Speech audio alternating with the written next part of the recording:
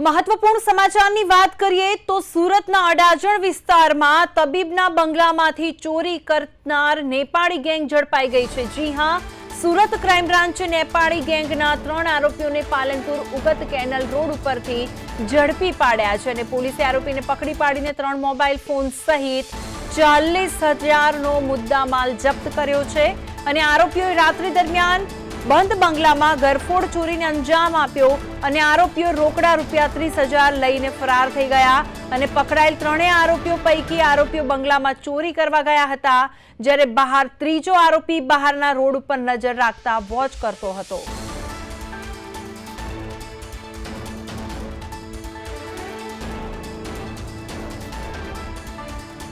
સુરતની આ ઘટના છે। 3 મોબાઈલ ફોન સહિત 40,000નો મુદ્દામાલ જપ્ત કરવામાં આવ્યો છે અને 2 અંદર ઘૂસ્યા હતા ચોર અને ત્રીજો બહાર વોચ કરતો હતો અને 3 આરોપીઓ સામે કાયદેસરની કાર્યવાહી કરવામાં આવી રહી છે। નેપાળી ગેંગના 3 જે આરોપી છે તે વિરુદ્ધ કાર્યવાહી કરવામાં આવી રહી છે। સુરતની આ ઘટના છે।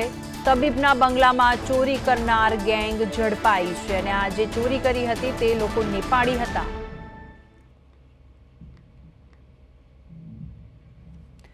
તો આ સાથે જ વધુ વિગત સાથે અમારી સાથે જોડાઈ ગયા છે અરવિંદ રાઠોડ। અરવિંદ, જણાવશો સમગ્ર વિગત?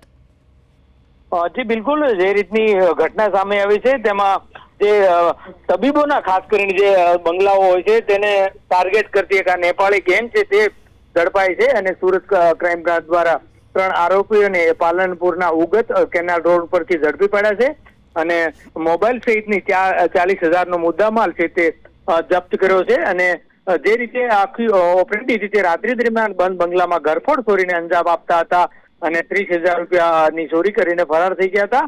એટલે મહત્વનું છે કે જે પકડાયેલા આરોપી પૈકીમાં ખાસ કરીને જે બંગલાઓને ચોરી કરવાનો ટાર્ગેટ રાખતા હતા, એટલે આ રીતની ઘટનાને લઈને ક્રાઇમ બ્રાન્ચ દ્વારા વધુ કાર્યવાહી હાથ ધરી છે। જી બિલકુલ અરવિંદ, જે રીતે આ જે 3 આરોપી છે તેમની પૂછપરછ પોલીસે કરી હતી, તો પૂછપરછમાં કોઈ નવા ખુલાસા થયા છે?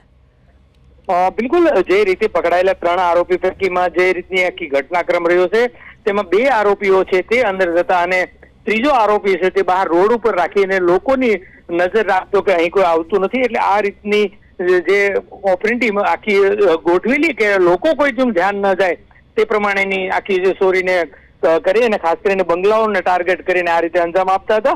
એટલે પોલીસે વધુ કડકાઈ ભરી જે પૂછપરછ હાથ ધરી છે, ત્યારે વધુ કેટલીક ચોરીના ભેદ ઉકેલાય તો નવાઈ નહીં। જી બિલકુલ અરવિંદ, આભાર સમગ્ર વિગત માટે।